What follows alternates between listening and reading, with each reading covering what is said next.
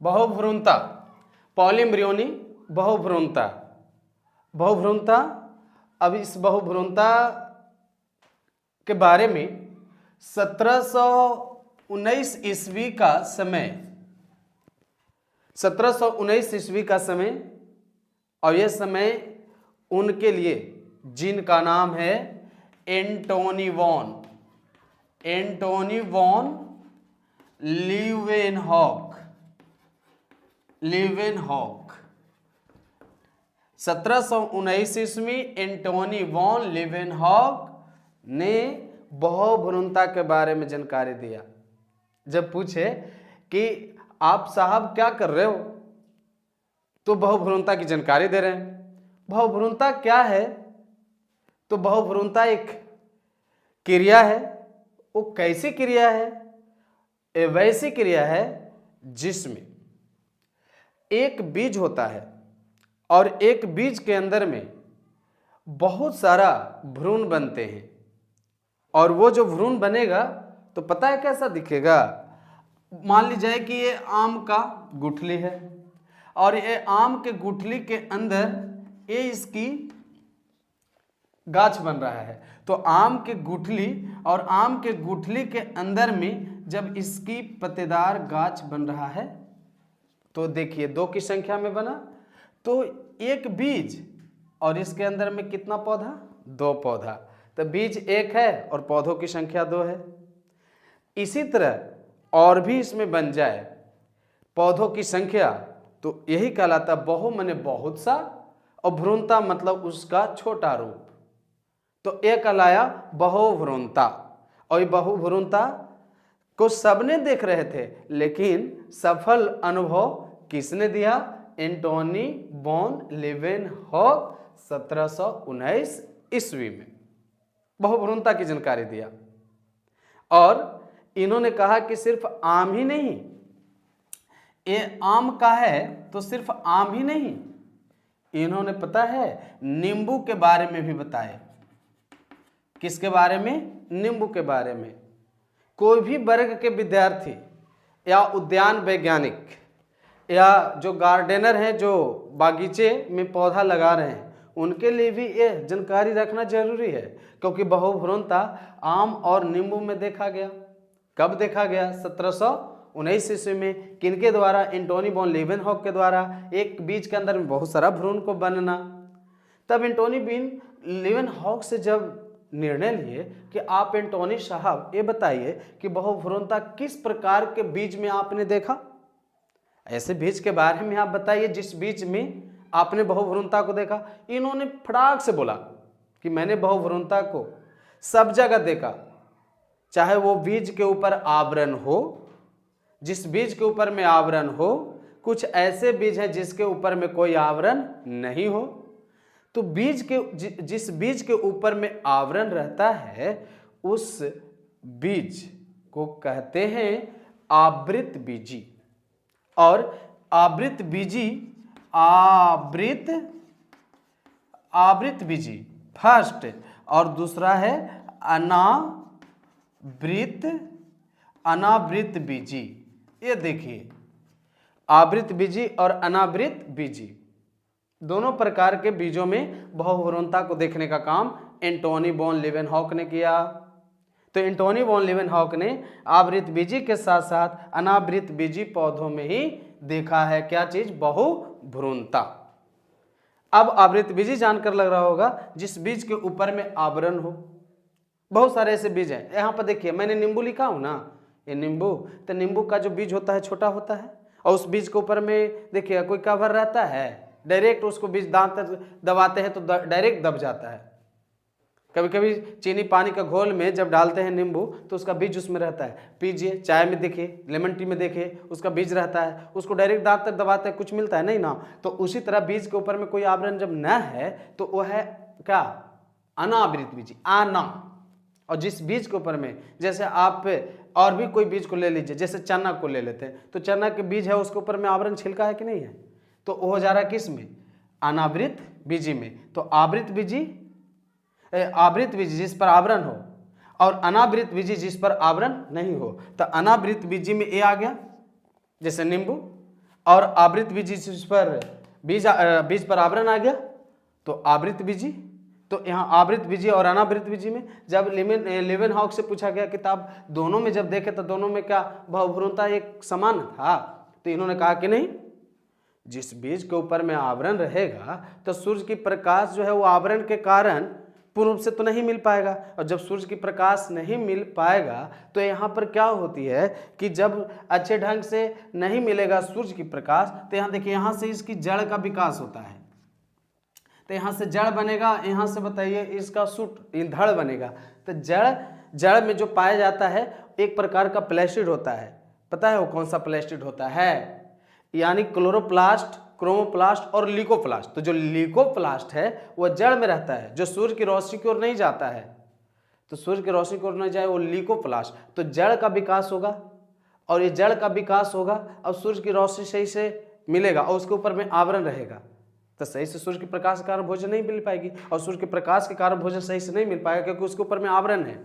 अब मान लीजिए कि कोई वस्तु उसको ढक दीजिए तो सूर्य के प्रकाश उसको ज़्यादा मिलेगा कि डायरेक्ट रहेगा उसको मिलेगा, तो डायरेक्ट रहेगा उसको मिलेगा। तो डायरेक्ट वाला कौन है, अनावृत बीजी। तो बहुभ्रूणता की जब खोज की गई तो बहुभ्रूणता आप अनावृत बीजी में सबसे अधिक देखा गया, सबसे अधिक। तो अनावृत बीजी में सबसे अधिक क्या चीज को देखा गया, बहुभ्रूणता को। किस में, अनावृत बीजी में, और आवृत बीजी में बहुभ्रूणता को कम देखा गया। तो आवृत बीजी में कम और अनावृत बीजी में ज्यादा। किसको पाया गया, बहुभ्रूणता को। कब, 1719 से। कौन, एंटोनी वॉन लीवेनहॉक। और इसके लिए उदाहरण है क्या चीज, आम और नींबू। आश्चर्य हो लगेगा कि देखे होंगे कि आम का जो कम समय का पौधा, आम में उसका कम समय का पौधा होता है, और कम समय का जब पौधा होता है आम का और वो फला हुआ रहता है, आश्चर्य लगेगा ना कि कम समय का है, अभी वो गाछी है और वो फला हुआ है, तो किसका वो नतीजा है, किसके कारण वो आम फला हुआ है कम समय में, बहुभ्रूणता के कारण। डायरेक्ट टिक लगाइए कि जो कम समय में गाछ फल दे रहा है तो उसका एकमात्र कारण है कौन, बहुभ्रूणता। बहुभ्रूणता के कारण ही उद्यान वैज्ञानिकों ने कम समय में उसमें फल लगा दिया, क्योंकि उसको प्रयोगशाला में तैयार किया गया है, और प्रयोगशाला में हार्मोन और एंजाइम जो है वो प्रयोगशाला में तैयार करके उसको वही हार्मोन एंजाइम बनाया गया जो उसको फल लगने पर लगता था। तो फल लगने पर जो बनता था उसको कम समय में ही विकसित कर दिया गया तो फल लग गई। तो ये बहुभ्रूणता का काम है, आर्टिफिशियल ढंग से उसको तैयार किया गया। ऐसे छोड़ दीजिए ना, प्रकृति में तैयार हो जाएगा। ऐसे तो आम खा करके जहाँ तहाँ छोड़ देते हैं, तो जहाँ तहाँ आम खाकर छोड़ देते हैं तो सब गाछ थोड़ा सा बड़ा होगा फिर मूर्छित होकर के सूख जाएगा। उसको चेंज करना पड़ता है, ख्याल करना पड़ता है, और प्रयोगशाला में जितना पोषक तत्व चाहिए उतना पोषक तत्व मिलता है, तब जा करके वह विकसित होता है। ये सब बहुभ्रूणता का कमाल है। बहुभ्रूणता के कारण ही ऐसा बनता है। लगेगा कि हार्मोन और एंजाइम पौधा में नहीं बनता है, उसमें भी बनता है, रसायन उसमें भी बनता है। 24 घंटा में परिवर्तन उसके अंदर में भी होती है। प्रकृति दूषित हो जाए ना, क्लाइमेट में चेंजिंग आ जाए, बादल बिना मौसम का गर्जन करे, बिजली बिना मौसम का चमके, देखिएगा तो फसल हो जाता है नहीं। तो अनुकूलन चाहिए, हर एक तरह का ठंडा गर्मी बरसात हर एक तरह का मौसम होती है, और हर एक तरह का मौसम के हिसाब से पौधे उगते हैं। तो यहाँ पर अनावृत बीजी और आवृत बीजी में बहुभ्रूणता को देखा गया, और जो आम वगैरह जो फला हुआ मिल रहा है वो बहुभ्रूणता का ही नतीजा है। बहुभ्रूणता के कारण ही ऐसा होता है। और बहुभ्रूणता, अब देखिए बहुभ्रूणता क्या है, एक ही बीज के अंदर में बहुत सारा इसमें पौधे विकसित हो रहे हैं। तो इस लाभ भी तय है कि इससे लाभ होगा, इसका महत्व भी होगा बहुभ्रूणता से। बहुभ्रूणता से महत्व यह है कि बहुभ्रूणता से महत्व है कि जो वैज्ञानिक काम कर रहा है, तो जो एक पौधा पर जो उन्होंने पा लेगा वो सेम तरह का लक्षण दूसरे पौधा में भी देखेगा। इसे उदाहरण पर समझिए, जैसे आप ही को कोई कॉपी लेना है, कॉपी का मतलब कि जीरोक्स। तो किसी का कॉपी आप कर रहे हैं तो कॉपी करते क्यों हैं, जब श्रेष्ठ गुण होता है तो श्रेष्ठ गुण वाला को जब कॉपी करते हैं तो सेम कंडीशन वाला मिल जाता है। तो जब जो पहला रहता है जिसको आप कॉपी करते हैं तो पहले वाला ना गुण दूसर का में आता है। तो पहला मान लीजिए कि आपको एक पेज आप राइटिंग लिखे और सेम राइटिंग वाला आपको 10 पेज निकालना है, तो जो ओरिजिनल होता है उसी में हर एक तरह का गुण होता है। तो आप मेहनत किस पर कीजिएगा? जो मेन उसका पेज होगा। तो जब जो मेन पेज होगा उस पर आप बहुत मेहनत करेंगे, बहुत अच्छे ढंग से उसको सजाएंगे, उसका पेज को सिलेक्ट करेंगे, बहुत ढंग से करेंगे और उससे फिर 10 पेज जितना प्रतियां उसको निकाल लीजिए। तो वैज्ञानिक को भी इससे महत्व मिला है और वैज्ञानिक को इससे बहुत ज़्यादा लाभ मिला है कि एक पौधा पर जब वो काम कर लेंगे तो उससे आने वाला जितने भी पौधे हैं ना, उस सारे पौधों में वही गुण पाया जाएगा। फिर वह उतारेगा कहाँ? बागवानी के लिए। तो बागवानी में सारे के सारे किस्म एक ही गुण वाले होंगे। तो बहुभ्रूणता से लाभ है कि सेम तरह का पौधे विकसित किया जा सकता है, एक ही गुण वाले पौधे को डेवलप किया जा सकता है। यह बहुभ्रूणता का फायदा है, लाभ है कि एक ही क्वालिटी, एक ही गुण वाले पौधे को विकसित किया जाएगा। दूसरे इसकी और दूसरे फायदा पर बात करते हैं, लाभ पर बात करते हैं। तो दूसरा इसका जो लाभ है वो भी इंपॉर्टेंस लाभ है, इसका दूसरा भी लाभ है। दूसरा लाभ है कि जो बीज से निकला है, जिस बीज से निकला है इसका भी तो किस्म होगा ना। स्वतंत्रता प्राप्ति के पहले हमारे देश में, आप समस्या देखिए कितना था। स्वतंत्रता प्राप्ति के पहले हमारे देश में फसलों की उत्पादन कितना कम थी और हम लोग इंपोर्ट करते थे। आज है कि एक्सपोर्ट कर रहे हैं और पहले था इंपोर्ट करते थे, आयात होती थी, आज निर्यात करने लगे हैं। तो क्या हमारे यहाँ उस समय भूभाग कम था और आबादी ज़्यादा थी?